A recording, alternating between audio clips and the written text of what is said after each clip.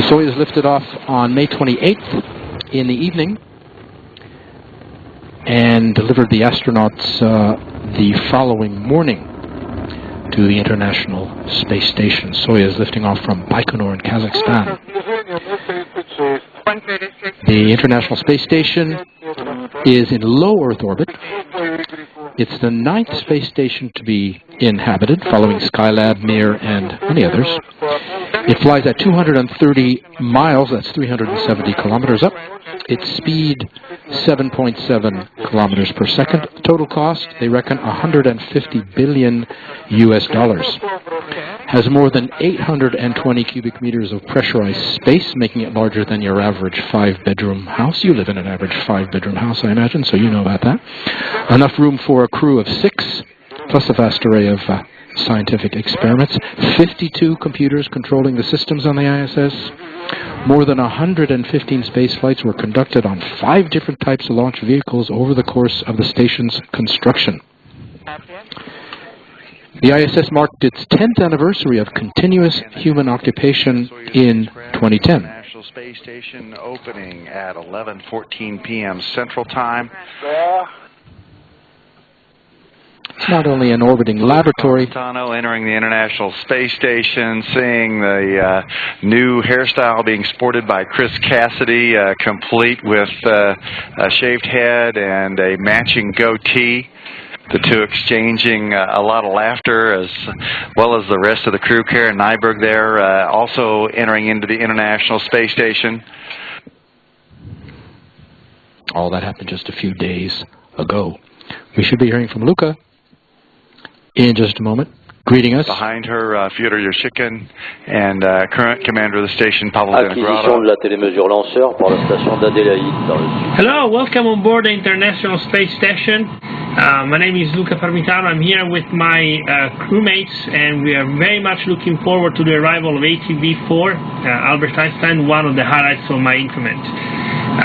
We are very much looking forward to it because it carries lots of experiments, our personal stuff, lots of food, and so we would like to congratulate the ground teams, all of them, for a successful launch, and then we're looking forward to a solar array deployment and a great ascent to the station, and after that we will be working for the docking and stowage and unpacking, and we are all very excited to be working with it. Goodbye.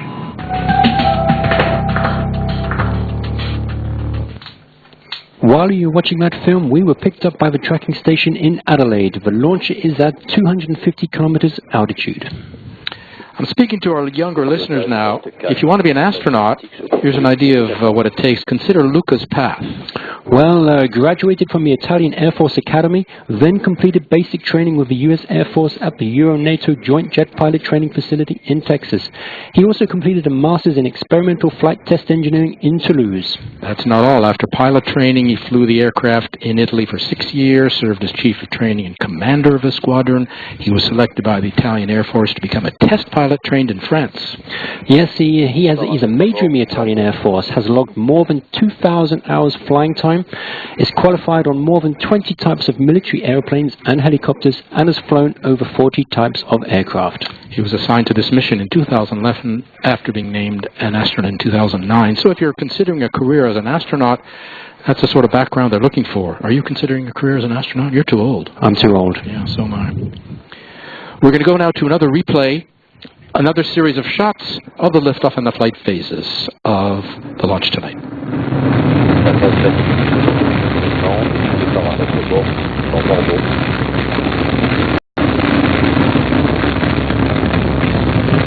You know, you see them over and over, but it's always the same sensation. You never get tired of it. Very impressive. With the visibility this evening, very impressive. Which is better than we thought. Oh, yes. This is a closer view from the pad. Looks like it's a Toucan, where the camera's about 2 kilometers away. Ariane 5 rising majestically slowly. If you watch the Vega launch, Vega goes up like a shot, just like a rocket. Oh, yes. If I may say. Ariane, a little more slowly.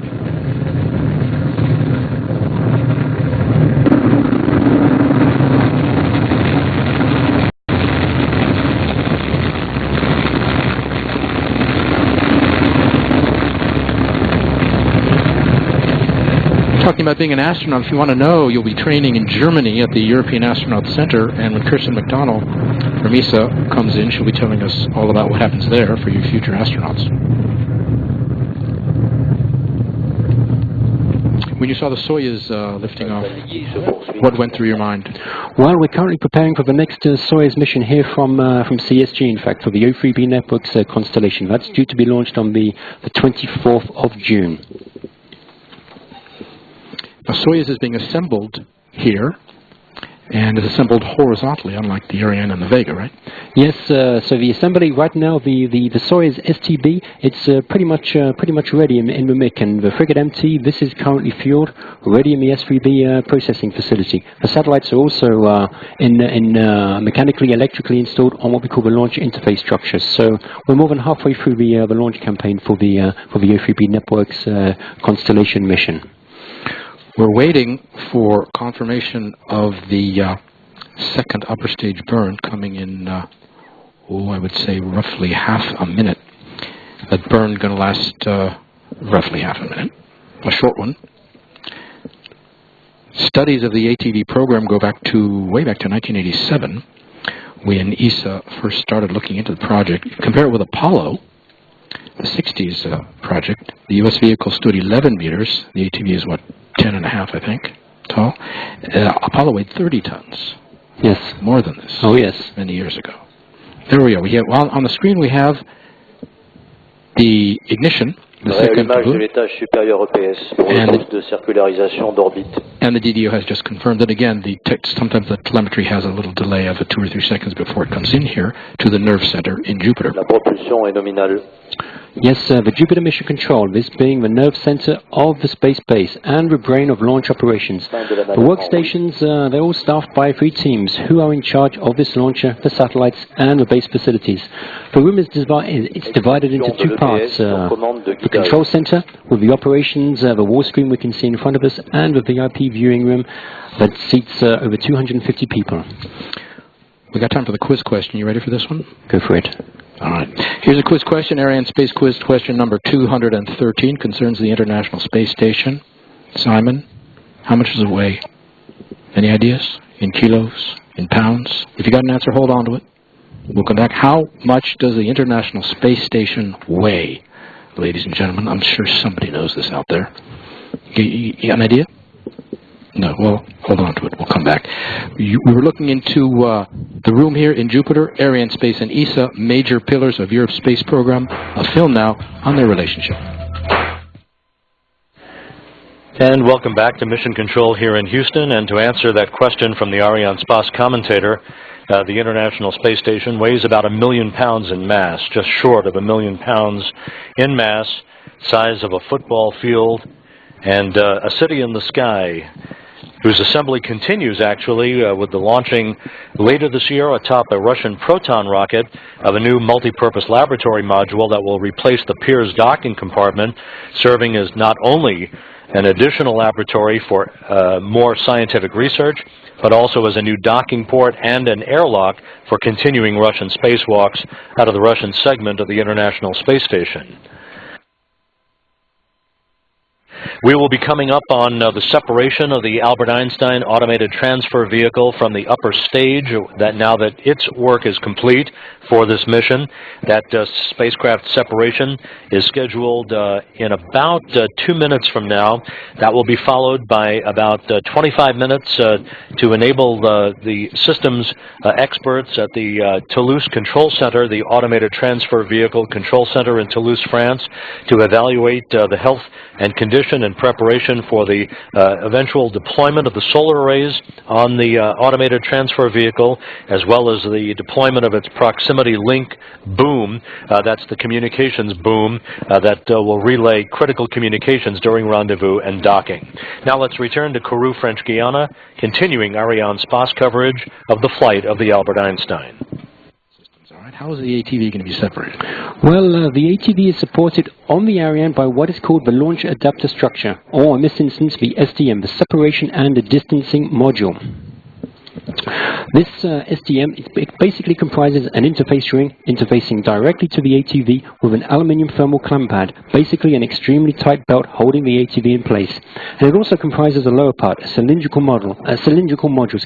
This interfaces directly to the VEB or the EPS upper stage. This lower cylindrical part will remain on the launcher after separation. So how does this work? We got the facts and the figures, but how does it work concretely? Well, with the STM is equipped with a series of 12 precisely calibrated spring distancing units. When the order is sent to open the clamp band and release the ATV, this system ensures a relative velocity at separation greater or equal to 0.5 meters per second. In other words, it gently pushes the ATV away from a launch vehicle so it can safely start its mission to the International Space Station. Now, this sounds like to me the same system as is used to inject satellites into GTO, geostationary. Yes, very similar configuration. And we're coming up on the separation in a few moments. In less than 2 minutes again, one of these moments of high concentration for everybody here. Tonight represents years, I think it's safe to say, of work for many people here and around the world. The mood in Jupiter is, I would say, how would you describe it? Focused? Very focused. Préparation de la ATV 4 Albert Einstein. Very intense. There's the good news. Separation of the ATV. And right on target. 270 kilometers.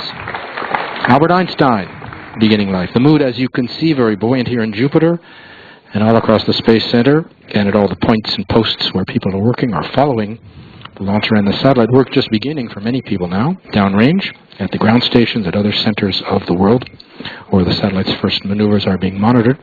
Handshakes all around, cigars, champagne will be forthcoming, I imagine. So for the rather tense moments a minute ago? Yes, everybody will be very, very pleased with this. And of course, congratulations to all the teams that have been working with this, and a very good luck to the teams that are currently working in the Toulouse facility for the ATV early operations period. And those early operations are, if I can find them, they're going to be,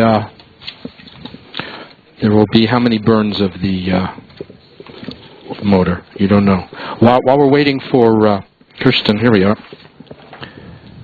First slew maneuver. What's a slew maneuver? Any idea? No? We'll get Kirsten.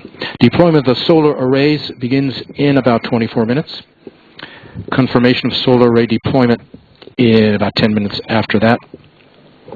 Updating timing for phasing maneuvers. Deployment of the boom in about 2 hours. We'll have more. For now, another replay.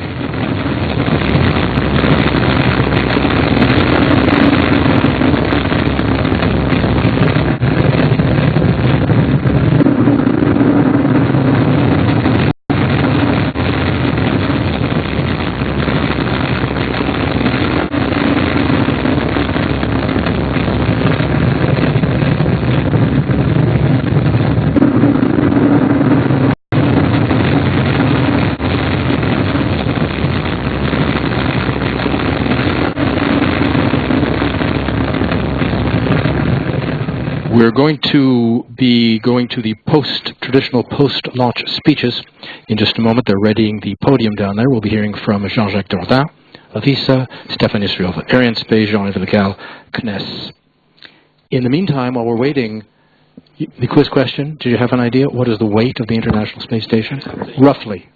Roughly. You're going to have to put us out of our misery, Josh. You don't have any idea? I can't guess. You don't want to guess even?